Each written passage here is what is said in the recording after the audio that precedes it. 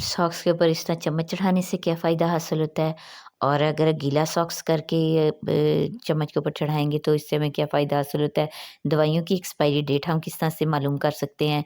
जिनकी दवाइयाँ जिन मेडिसिन्स की एक्सपायरी डेट ऊपर नहीं लिखी होती वो हम किस तरह मालूम कर सकते हैं। इस तरह से खूबसूरत सा हैंड ग्लव आपको बनाना बताऊँगी कि आप ये किस तरह से घर पर ईज़िली बना सकते हैं और एक टूटे हुए कैचर से आप किस तरह से अपने घर की ढेर सारी चीज़ें सँभाल सकते हैं। जी, तो ये आपने ऐसा करना है कि एक सॉक्स ले लेनी है और इसके ऊपर चम्मच चढ़ा लेनी है। जी, तो अस्सलाम वालेकुम मेरी माय यूट्यूब फैमिली कैसे हैं आप? उम्मीद करती हूँ कि आप सब ठीक-ठाक और खैर-खैरियत से होंगे। अ, तो आपने ये सॉक्स जो है वो गीला कर लेना है, अगर गीला कर लेंगे तो ज़्यादा बेस्ट होगा। तो आप आ जाते हैं टिप नंबर 1 की तरफ। जी, आइए तो मैं आपको बताती हूँ कि इसको हम कहाँ यूज़ करने वाले हैं। तो फ्रिज के अंदर ये जो फ्रिज के रबड़ होते हैं ना, ये बहुत ज़्यादा गंदे हो जाते हैं और हम सारे फ्रिज की सफाई कर लेते हैं, लेकिन हम ये जो गैस्केट होती है इसकी सफाई भूल जाते हैं और इसकी तरफ ध्यान नहीं देते, जिसकी वजह से इसके अंदर काफ़ी ज़्यादा गंद, डस्ट वगैरह जो है वो फँस जाती है और जिसकी वजह से गैस्केट जो है वो ये ख़राब हो जाती है। आज के बाद आपकी गैस्केट ख़राब नहीं होगी, आपने जो है ना इस तरह से सफाई करनी है। ये देखेंगे इसके अंदर से फ्रिज के रबड़ के अंदर से या गैस्केट के अंदर से कितना ज़्यादा गंद निकला है। जी, तो टिप नंबर 2 की तरफ चलते हैं। टिप नंबर 2 मेरी जो है वो इस तरह की विंडोज़ के लिए क्या है, जो कि बहुत ज़्यादा इनके अंदर डस्ट फँस जाती है और बहुत ज़्यादा गंदी हो जाती हैं। तो इनको साफ़ करने के लिए आपने चम्मच के ऊपर सॉक्स चढ़ा लेनी है, सॉक्स आपने कर लेनी है गीली और इस तरह से आपने इसको विंडो के इन जगहों के ऊपर फेरना है, तो जिसकी वजह से जितनी डस्ट होगी वो अच्छे से साफ़ हो जाएगी। और जो है ना इस तरह आप जो है अपने विंडोज़ की बहुत अच्छे से सफाई कर सकते हैं। ये विंडो असल में जो है ना वो बिल्कुल जो है ना वो गली में थी, गली की साइड पे थी इसलिए गली की साइड से बहुत ज़्यादा डस्ट आती है, तो ये इसलिए बहुत ज़्यादा गंदी हुई थी। तो मैंने इसकी सफाई करनी थी, सो मैंने सोचा कि आपके साथ भी ये हैक शेयर कर दूँ। और ये देखें कितनी ज़्यादा गंदगी, मैल और मिट्टी और बाल पता नहीं क्या कुछ फँसा हुआ था, जो कि इससे बहुत ईज़िली निकल गया था। तो आपने ऐसा करना है कि सॉक्स को इसके अंदर फँसा लेना है और चम्मच की हेल्प से आपने जो है ना वो सॉक्स को आगे-पीछे करना है, जिसकी वजह से जिससे जो है ना विंडो की सफाई बहुत अच्छे से हो जाएगी। आपने इस तरह से अगर इसके अंदर नहीं जा रहा तो आपने स्पून की हेल्प से इसको इसके अंदर कर लेना है और ये देखें यूँ आपने इसको सॉक्स को चलाना है और ये देखें कितने अच्छे से ये जो है ना इसकी सफाई हो रही थी। और ये देखें सॉक्स जो है वो कितना ज़्यादा गंदा और मैला हो चुका था। तो उम्मीद करती हूँ कि आपको मेरी ये टिप भी अच्छी लगी होगी। अगर आपको मेरी ये टिप अच्छी लगी हो तो आपने मुझे कमेंट बॉक्स में ज़रूर बताना है। जी, तो चलते हैं टिप नंबर 3 की तरफ। टिप नंबर 3 जो है मेरी वो इस तरह से दवाइयों को लेकर है। कुछ न मेडिसिन्स तो होती हैं उनके ऊपर उनकी एक्सपायरी डेट मेंशन होती है और कुछ ऐसी होती हैं कि उनके ऊपर उनकी एक्सपायरी डेट मेंशन नहीं होती।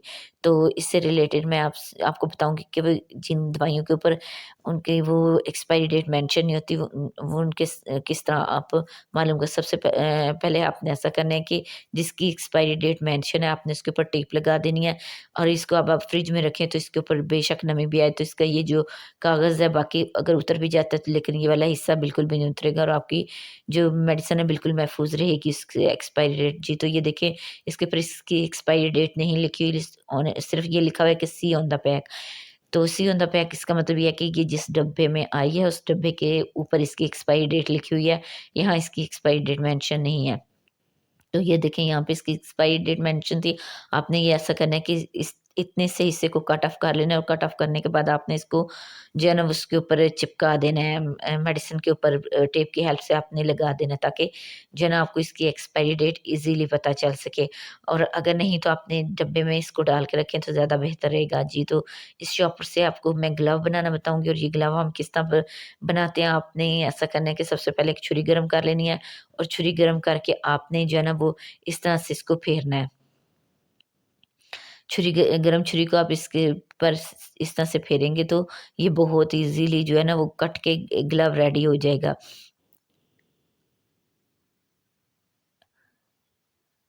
अक्सर ऐसा होता है कि हमारे घर में ग्लव्स नहीं होते और हमें अचानक ही ग्लव्स की ज़रूरत होती है बर्तन वगैरह धोने के लिए क्योंकि सर्दियों का मौसम है। और एक बात का आपने ख़ास ख़्याल रखना है कि जिस तरह से ही मैंने खींच के उतारा आपने इस तरह से खींच के नहीं उतारना। जिन जगहों से मैंने ये खींच के उतारा था उन जगहों पर वो सुराख हो गए थे और मुझे फिर दोबारा छुरी की नोक गर्म करके इसको दोबारा से सेट करना पड़ रहा था। इसलिए आपने ये गलती बिल्कुल भी नहीं करनी। और ये देखें इसको आप हाथ पे चढ़ा लें और आप किचन के जितनी मर्ज़ी है काम करें, ये बिल्कुल भी ख़राब नहीं होगा। और जो है ना और जब आपको कभी टाइम मिले तो आप जाकर जब बाज़ार से वो ये वाले ग्लव्स ला ले आएँ। कोई मसला नहीं होगा। उम्मीद करती हूँ कि आपको मेरी ये टिप अच्छी लगी होगी। अगर आपको मेरी ये टिप अच्छी लगी हो तो मुझे एक चुनु-मुनु सा कमेंट करके ज़रूर बताइएगा। और ये देखें, ये मैंने फिंगर्स को अलग-अलग करके आपको दिखा रही हूँ। ईज़िली फिंगर्स मूव कर सकती हैं और ये बहुत अच्छा कट हो गया था।